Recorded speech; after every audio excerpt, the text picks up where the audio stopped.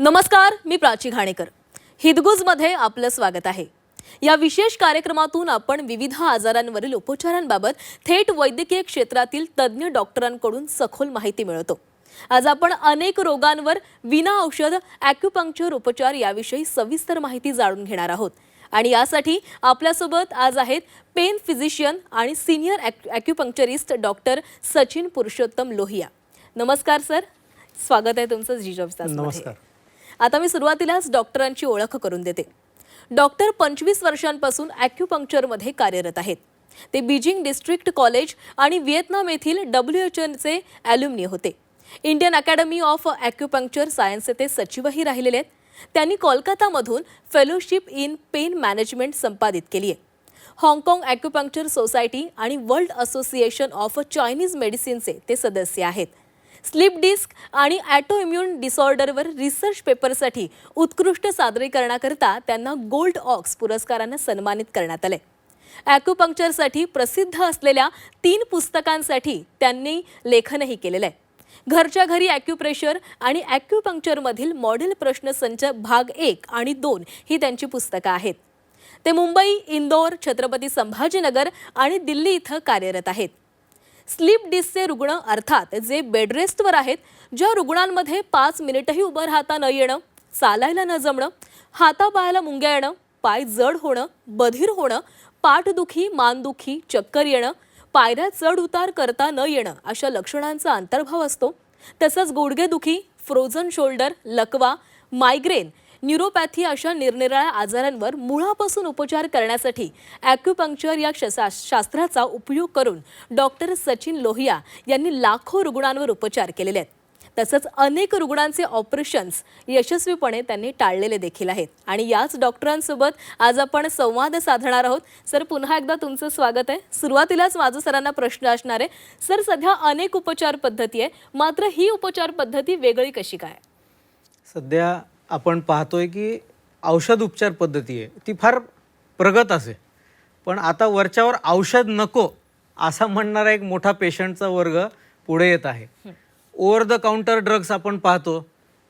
ॲलर्जीचे औषध आहेत, ॲसिडिटीचे आहेत, डोकेदुखी होतं, अंग दुखतं, रुग्ण डायरेक्ट केमिस्टकडे जातो, औषध घेतो, डॉक्टरांकडे जातो आता, पण जास्त ओव्हर द काउंटर होतं. आणि ह्या औषधं सतत घेतल्याने त्याचे साईड इफेक्ट्स होतात. आणि मूळ काय आहे की तुम्ही ॲसिडिटीचं औषध घेताय, शरीरात काही पण कारण असो, त्याला एकच औषध असतो, त्याच्यामुळे तुम्ही मुळावर उपचार करत नाही. तर ॲक्युपंक्चरने जसं डोकेदुखी आहे त्याचं कारण काय आहे, आतमधून शारीरिक आहे का, ते काही न असं शोधता डायरेक्ट पेन किलर, पण ते पेन किलरचं किडनी, लिव्हर ह्याच्यावर ॲडव्हर्स इफेक्ट होतो. जे ॲसिडिटीचे औषध आहे त्याचा हार्टवर साईड इफेक्ट होतो. तसा मी स्वतः ॲलोपॅथिक डॉक्टर आहे, तर मी प्रेक्षकांना हे सांगेल की तात्पुरतं ज्या वेळेला तुम्हाला इमर्जन्सी असतं, तो माझा पण शास्त्र ॲलोपॅथी तो सर्वोत्कृष्ट आहे, परंतु सतत त्रास होत असेल तर त्याची शहानिशा करणं आवश्यक आहे.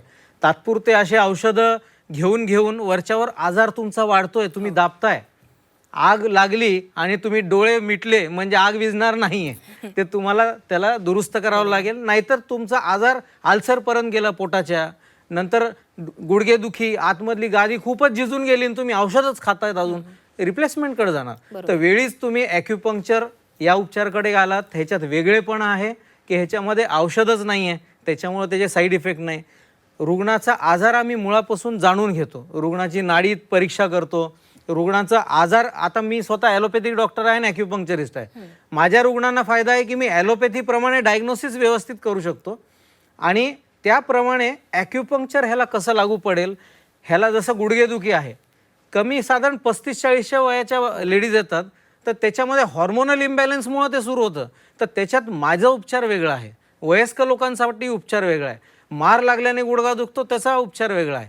तर मी रुग्णाची नाडी पाहतो, रुग्णांच्या विचारपूस करतो आणि त्याप्रमाणे त्याला उपचार देतो. तसंच ॲलर्जीचं आहे त्याप्रमाणे त्याला उपचार देतो. असा ॲक्युपंक्चरमध्ये औषध नाही आहे, तर अशा एकदम फाईन निडल्स आहेत. ही निडल आपल्याला मी हे सांगतो की तो आपल्याला ही निडल हे पहा, हे ह्याच्यामध्ये दिसणार पण नाही, एवढी बारीक आहे, सूक्ष्म एकदम. तर ही जी निडल आहे ही अतिशय सूक्ष्म आहे. दुसरी गोष्ट, अशा पॅकेट्समध्ये येते, स्टरलाइज्ड असतात, प्रत्येक वेळेला आमच्या क्लिनिक्समध्ये तरी आम्ही प्रत्येक वेळेला नवीन सुया लावतो. इवन कोविडनंतर शीटही वेगळे देतो आम्ही. अतिशय सेफ असं करून ठेवलेलं आहे. आणि ह्या बारीकशा सुया या शरीरावरती असे अनेक बिंदू आहेत. तर हे मेरिडियन्स आहेत. ह्याच्यामध्ये हे जे मेरिडियन्स आहेत हे आतमध्ये अवयवांशी निगडीत असतात. कोणी पोटाशी आहे, कोणी लिव्हरशी आहे, कोणी किडनीशी आहे, कोणी मेंदूशी आहे. तर ह्याला उपचार करण्यासाठी शरीरावरती काही बिंदू आहेत. तर त्याच्यावरती अशा तारेसारख्या बारीक सुया लावतो आपण. तर ह्या सुया एवढ्या बारीक आहेत की लहान मूलसुद्धा व्यवस्थित लावून घेतो. घाबरण्याचं कारण नाही. शेवटी जे घाबरतात त्यांना आम्ही लेझरनी वगैरे पण ट्रीटमेंट देतो, म्हणजे सुया लावायची गरज नाही.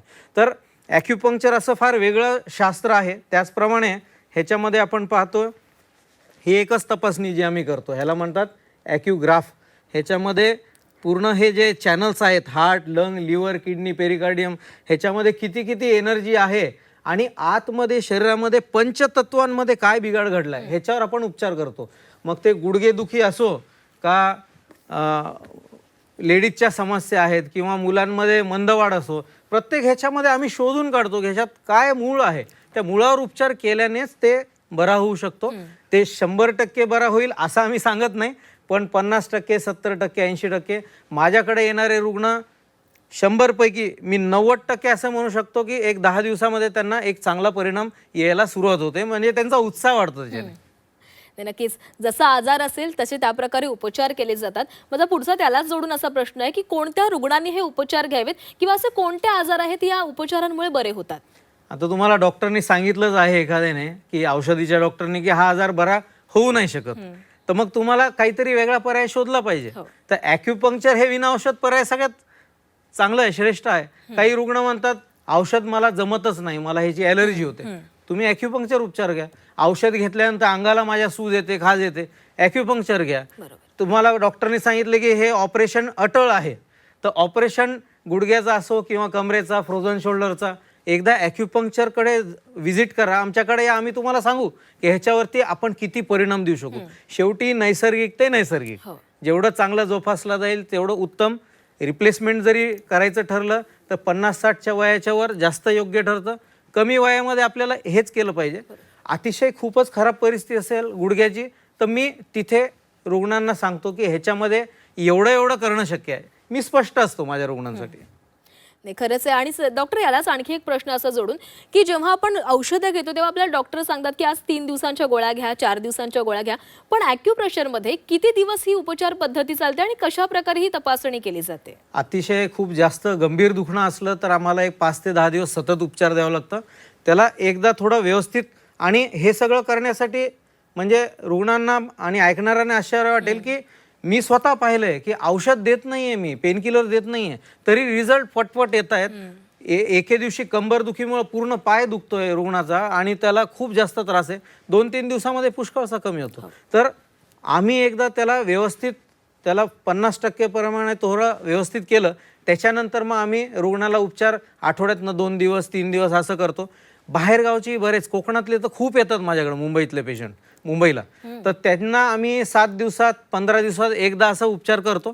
मी स्वतः ॲलोपॅथिक डॉक्टर आहे, तर ह्याच्यामध्ये निडल्सच्या ऐवजी एक कॅटगट म्हणून असतं सुचर मटेरियल. तर आम्ही असं पाहिलं की इन्स्टेड ऑफ निडल हे आम्ही सुचर मटेरियल तिथं टाकूया, तर त्या ॲक्युपंक्चर बिंदूंना ते सुचर मटेरियल 24 तास उत्तेजित करतं. तो रत्नागिरीतला असो, चिपळूणचा असो, महाडचा असो, तर ते जातात आणि पुन्हा येतात, कारण की त्याचा इफेक्ट चालू राहतो आणि मग नंतर ते येतात. आणि ॲक्युपंक्चर नेहमीसाठी काही घ्यायचं नाही. एकदा आपल्याला बरं वाटलं, विषय संपला. नंतर तुम्ही योगा, प्राणायाम, काहीतरी चालणं फिरणं, मी सांगत असतो हे व्यायाम करा, तर ते व्यवस्थित केलं तर ठीक आहे, नाही तर आमची तुमची भेट अटळ आहे. म्हणजे उपचारांसोबत अनेक सल्ले देखील तुम्ही रुग्णांना देत असता. डॉक्टर, खरं तर आता सध्या ना अनेक आजार होत असतात, म्हणजे केवळ एक आजार नाही तर अनेक दुखणी असतात. मग या सगळ्या दुखण्यांवर तुम्ही एकत्र उपचार करता का? ते आजकाल आपण डीमार्ट सारखं म्हणतो ना, म्हणजे सगळ्याच वस्तू भेटतात, तसे एका रुग्णामध्ये बरेचसे आजार पण भेटत आहेत. आणि महत्वाचं म्हणजे काय, औषधीकडे गेलं तर हा स्पेशालिस्ट, तो स्पेशालिस्ट, तो स्पेशालिस्ट. पूर्वी माझ्या वडिलांच्या काळात MBBS डॉक्टरकडे सगळ्या तक्रारी लोक मांडायचे, आता त्याच्या स्पेशालिस्ट खूप झालेत. आणि किती फिरणार रुग्ण, ह्या स्पेशलिस्टचे औषधं घेतले, त्याचा साईड इफेक्ट झाला, मग त्याच्याकडे गेला, मग त्याच्याकडून त्याच्याकडे गेला. आणि शिवाय एकाला डोळ्याचा त्रास आहे, कानाचं पण आहे, ॲसिडिटी पण आहे, दम पण लागतोय, तर ॲक्युपंक्चरमध्ये आम्ही हे सगळं सोबतच हँडल करतोय. तर आणि महत्त्वाचं म्हणजे एकाच सिटिंगमध्ये मी बरेचसे रोग सोबत हँडल करू शकतो, तर रुग्णांचा वेळ आणि पैसा देखील वाचतो ना. आणि ठिकठिकाणी जायची गरज नाही. परत मुळापासून आम्ही जेवढं दुरुस्त करू शकतो, तुम्ही जेवढं लवकर याल ना, मी मॅक्झिमम तुम्हाला दुरुस्त करू शकतो. जेवढं उशीर कराल, काही ना काही लिमिटेशन आहे, पण मी शेअर करेल तुमच्याशी लिमिटेशन काय आहेत. आता डॉक्टर, आपण थेट काही आजार आणि त्याचे उपचार आहेत त्याच्यावर थेट बोलूयात. सुरुवातीलाच प्रश्न आहे की अनेकांना चक्कर येत असते. आता या चक्कर येण्यावर तुम्ही कशा प्रकारे उपचार करता ॲक्युपंक्चर? आता रुग्ण केमिस्टकडे जातो, चक्कर येते, त्याला एकच टॅबलेट मिळते, परंतु ती टॅबलेट घेतली तात्पुरतं बरं वाटतं, काहींना त्या टॅबलेटनी घरघरतं पण, आणि मग त्यांना कामावर जाता येत नाही. तर त्याच्यापेक्षा त्या चक्करचं कारण कानामुळे आहे, मानेमुळे आहे, डोळ्यामुळे आहे, कशामुळे आहे, किंवा तुमचं अगदी हिमोग्लोबिन कमी होतंय त्याच्यामुळं काही आहे. तर मी जसं म्हटल्याप्रमाणे ॲलोपॅथीने ॲक्युपंक्चर दोन्ही करतो, तर ते पूर्ण कारणाच्या विश्लेषणपर्यंत जातो. आपण असं ठोकताळे म्हणून एखादा उपचार देऊन टाकला तसं नाही, त्याचं कारण शोधणं आवश्यक आहे. ॲक्युपंक्चरने त्याचं आम्ही कारण शोधतो आणि त्याच्यावर उपचार देतो. डॉक्टर, सध्या लाईफस्टाईल खूप बदललेली आहे, लोक खूप बाहेरचं खायला लागलेली आहेत किंवा लोकांचं दिनचर्या बदललेली आहे, अशामध्ये ॲसिडिटी वाढत चाललेली असते. मग ही ॲसिडिटीवर तुम्ही कशा प्रकारे ॲक्युपंक्चरनं उपचार करता? खाण्यापिण्यामुळे ॲसिडिटी, हो, ते खाण्यापिण्यापेक्षा लोक जे भरभर खातात, मी रुग्णांना माझ्या सांगतो ॲसिडिटीच्या की 10 मिनिटात जेवढं जेवण जातं तेवढंच जेवा. म्हणजे कोंबायचं नाही. एक घास खाल्ला, दोन्ही हात खाली, जोपर्यंत घास पूर्ण पोटात उतरत नाही पुढचा घास कोणाला. तुमच्याकडे वेळ नाही तर जेवढा वेळ तेवढंच खाणं. आता 35-40 नंतर नवीन काय होणार नाही, शरीरामध्ये नवीन काय घडणार नाही. तर या पद्धतीने केलं तर अनेक लोकांचे ऐकणाऱ्यांनाही सोपं वाटलं असेल, परंतु हेच सत्य आहे. असं केलं तर तुमचं डायजेशन सुधारतं. पण ॲक्युपंक्चरप्रमाणे ते लिव्हरची हीट आहे का, आतड्यांची हीट आहे का, प्लीहा कमजोर आहे, आतमध्ये काय दोष आहे, 70 ते 80 पॅटर्न्स आहेत असे. तर ते नाडीप्रमाणे आम्हाला शोधता येतात. मी दाखवलेलं ग्राफ होता ॲक्युग्राफ, त्याच्यामध्ये रक्तात उष्णता आहे का, लिव्हरमध्ये आहे का, पित्त प्रकृती आहे, पंचतत्वात काय बदल घडलाय, तर त्याप्रमाणे केलं तर उत्तम होतं. आणि माझ्याकडे अगदी आता आजच मी 10 वर्ष जुनी एक केस पाहून आलो दादरला. 10 वर्षापासून ॲसिडिटी होती त्या लेडीला, आणि आपल्या ट्रीटमेंटनी ती पूर्णतः बंद झालेली ती ॲसिडिटी. आणि असे कमी वयाचे बरेच येतात, त्याच्यामध्ये तर फास्ट रिझल्ट येतात. त्या लेडीला तरी 4-5 महिने लागले, बाकीच्या रुग्णांना 5-10 दिवसातही चांगले रिझल्ट येतात. म्हणजे अनेक वर्षांपासूनचा आजार जरी असला तरी डॉक्टर असा सांगतायत की आपण तो लवकरात लवकर बरा करतो. डॉक्टर, पुढचा प्रश्न, डोकेदुखी आणि मायग्रेनचे देखील त्रास वाढत चाललेले आहेत, अनेकांना डोकेदुखी वाढत चालली आहे, याच्यावर ॲक्युपंक्चर ही पद्धती कशी उपयुक्त ठरते? डोकेदुखीचे पण मायग्रेन हा वरचा प्रकार आहे. माझ्याकडे एक पेशंट होती, माझे सर आहेत MD फिजिशियन, त्यांचीच नात होती, ती 7 टॅबलेट सोबत खायची डोकेदुखीसाठी, आणि नंतर अवस्था अशी झाली की डोकं आपटायचे भिंतीवरती. तर अशा परिस्थितीतनं मी, तिचं लग्न झालं नव्हतं त्यावेळेला, आणि सगळे काळजीत असणार ना की मुलगी आहे, पुढे कसं होईल. तर अशा या मुलीला मी ट्रीटमेंट दिली, ती बरी झाली. माझ्या सरांवर माझं फार चांगलं इम्प्रेशन झालं. अजून एक मायग्रेनचा होता पेशंट होता, तो म्हणला मायग्रेन आल्यानंतर माझं डोकं एवढं दुखतं आणि माझी चिडचिड एवढी प्रचंड होते की मी सामान जे मिळेल ते उचलून टाकतो, म्हणजे एवढी डोकेदुखी होते आणि लोकांची भांडतो. तो म्हणला मी लग्नच करणार नाही डॉक्टर, तुमच्याकडे जर आता हे शेवटी बरं नाही झालं. अनेक लोक शेवटचा प्रयत्न म्हणून येतात माझ्याकडे, आणि नंतर त्यांना वाटतं की मी एवढ्या लवकर बरं झालो. तोही बरा झाला, लग्न केलं, त्याच्या मुलीला घेऊन आलं, म्हणजे या डॉक्टरमुळे मी लग्न केलं. परवाच US चे एक दाम्पत्य, त्यांची मुलगी ट्रीटमेंट आली. ती म्हणली डॉक्टर 7-8 वर्ष आधी मी तुमच्याकडे एक ट्रीटमेंट घेतलं ॲक्युपंक्चरचं, माझं तेव्हापासून 80% डोकेदुखी कमी आहे, 20% थोडी राहिली, आता ती 7-8 वर्षांत पण सहन करण्याजोग झाली ना. असा उत्तम रिझल्ट येतात. डॉक्टर, ऋतूनुसार खरं तर काहींना आजारपण येतात, म्हणजे हिवाळा आला तर आपण म्हणतो सर्दी आले, खोकला आलाय, पण असे अनेक जण आहेत ज्यांना वर्षाच्या 12 महिने सर्दी असते किंवा खोकला असतो, किंवा काहींना दम लागतो, काही एलर्जी असतात, याच्यावर तुम्ही कशा प्रकारे उपचार करता? ॲलर्जी बहुतांश रुग्णांना ह्याची डस्टची वगैरे असतेच, आणि लोक शोधतात की आम्ही ह्याची टेस्ट केली, त्याची टेस्ट केली. आता वातावरणात अर्बो पार्टिकल कशाची टेस्ट करणार? बरं, सगळ्यांची करता आली तर तुम्ही श्वास न घेता जगणार नाही. तर शरीराची प्रतिकारशक्ती ॲक्युपंक्चरने वाढवून आपल्याला ॲलर्जी थांबवता येते. दुसरी गोष्ट, काहींना आनुवंशिक प्रमाणे दमा असतो, तर तो दमा आपण लगेच नाही थांबवू शकत, त्याच्यामध्ये काही लिमिटेशन असतात. परंतु तरी रुग्णांचे पंप वगैरे वापरायचं, ते संख्या कमी करणं, किंवा काही मध्ये फ्रेश असतात तिथं बंद पण होतं, असे त्याच्यामध्ये चांगले रिझल्ट येतात. डॉक्टर, गेल्या काही दिवसांमध्ये आपण पाहू तर तरुणांमध्ये किंवा माझ्यासारख्या वयांच्या मुलांमध्ये कंबर दुखणं असेल किंवा हे वाढत चाललेलं आहे, किंवा बऱ्याचदा ना पायाला मुंग्या येतात. मग त्या मुंग्या आपण म्हणतो की अरे मुंग्या आल्यात आणि आपण त्या गोष्टींकडे दुर्लक्ष करतो, पण काही ना वारंवार येतात. मग त्यावर ॲक्युपंक्चर मधून पण उपचार होतात का? देवाने शरीराला चलित ठेवण्यासाठी बनवलेलं आहे आणि आपण त्याला अचलित केलेलं आहे. जागेवर बसून राहतो, कंटिन्युअस लॅपटॉप असं, मग त्याच्याने स्पायनल मसल वीक होतात, बॅकचे मसल वीक होतात, आणि जी गुडघेदुखी, कंबरदुखी, मानदुखी तुम्हाला वयाप्रमाणे व्हायला पाहिजे होती ती आधीच येते. तर त्याच्यासाठी आपण स्वतः कारणीभूत आहोत. पण तरीही ॲक्युपंक्चरने त्या मणक्यांच्या अवतीभोवती जिथं झीज झाली आहे ती लवकरात लवकर कमी होते. आणि आपण म्हणालात की माझ्या वयातले, आता तुमच्या वयातले जे रुग्ण आहेत त्यांना एक्सरे गेला तर काही निघणारच नाही. बरोबर. म्हणून माझ्याकडे येणाऱ्या प्रत्येक रुग्णाला मी एक्सरे MRI काढायला लावत नाही. त्याला चेक करतो, माझ्या लक्षात आलं क्लिनिकली काय प्रॉब्लेम आहे, डायरेक्ट ट्रीटमेंट. त्या रुग्णांनी तपासणीवरती पैसे कशाला घालवायचे? एका MRIच्या खर्चात माझं 1 महिन्याचं ट्रीटमेंट होतं. तर ह्याच्यामध्ये पण मणक्यांमध्ये, मानेमध्ये जे स्पॉन्डिलोसिस आहे तो लवकरात लवकर बरा होतो. डॉक्टर, अनेकांचे ना हातपाय देखील थरथरतात. आपण पाहतो कंटिन्यू त्यांचे हातपाय थरथरत असतात. आपण त्यांना विचारलं काय होतं तर त्यांना काही माहितीच नसतं की आपल्याला नेमकं होतंय काय. मग हे तुम्ही कसं शोधता आणि त्याच्यावर कशा पद्धतीने उपचार करता? थरथरण्याचं कॉमन जे आहे ते पार्किन्सनमध्ये थरथरणं होत असतं आणि त्याच्यामध्ये मेंदूमध्ये डोपामिन कमी तयार होतं. रुग्ण डोपामिन, सिंडोपा नावाच्या गोळ्या घेत राहतात, परंतु त्याला एक मर्यादा असते. माझ्याकडे एक इथले डॉक्टर आहेत, त्यांना 7 सिंडोपा टॅबलेट चालू होत्या. तर त्यांना मी ट्रीटमेंट देऊन एवढं तर व्यवस्थित केलं की ते 3 वर आले आणि पुन्हा त्यांचे ऑपरेशन्स वगैरे ते व्यवस्थित करायला लागले. तसंच माझ्याकडे एक पेशंट आत्ता ठाण्याला आहे, तर त्या लेडीला 1.5 ते 2 तासाला 1 गोळी लागायची. त्याच्याशिवाय तिचं थरथरणं, चालणं फिरणं शक्यच नव्हतं.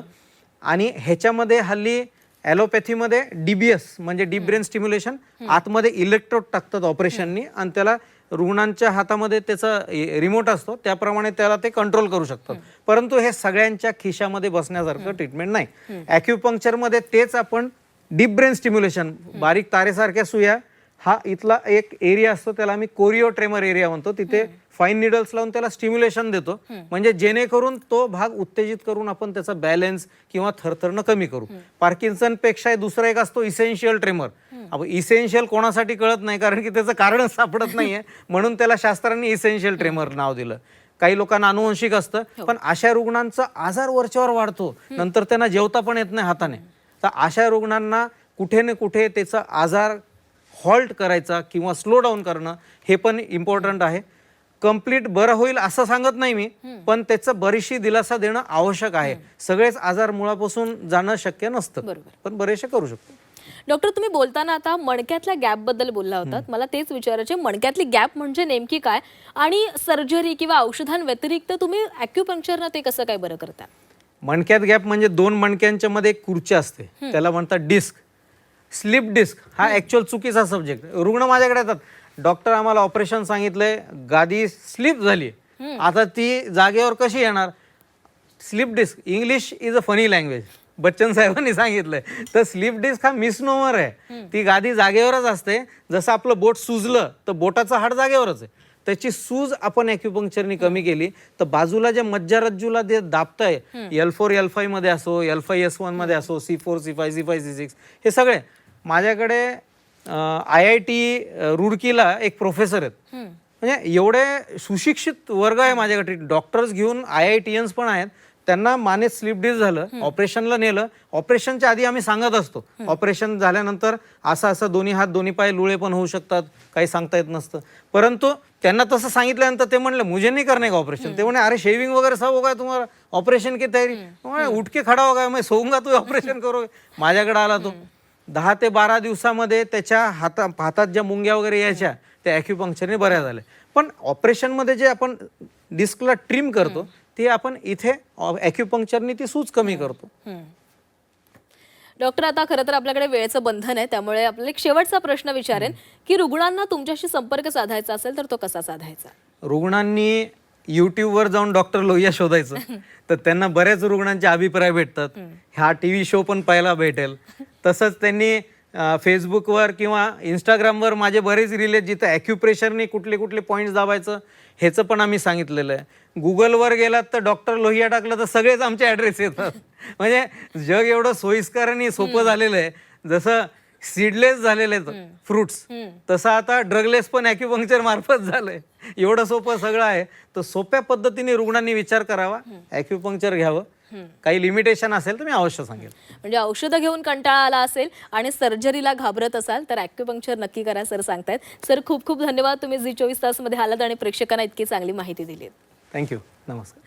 आणि यासह आज या कार्यक्रमामध्ये वेळ झाला इथेच थांबण्याची. पाहत रहा झी 24 तास.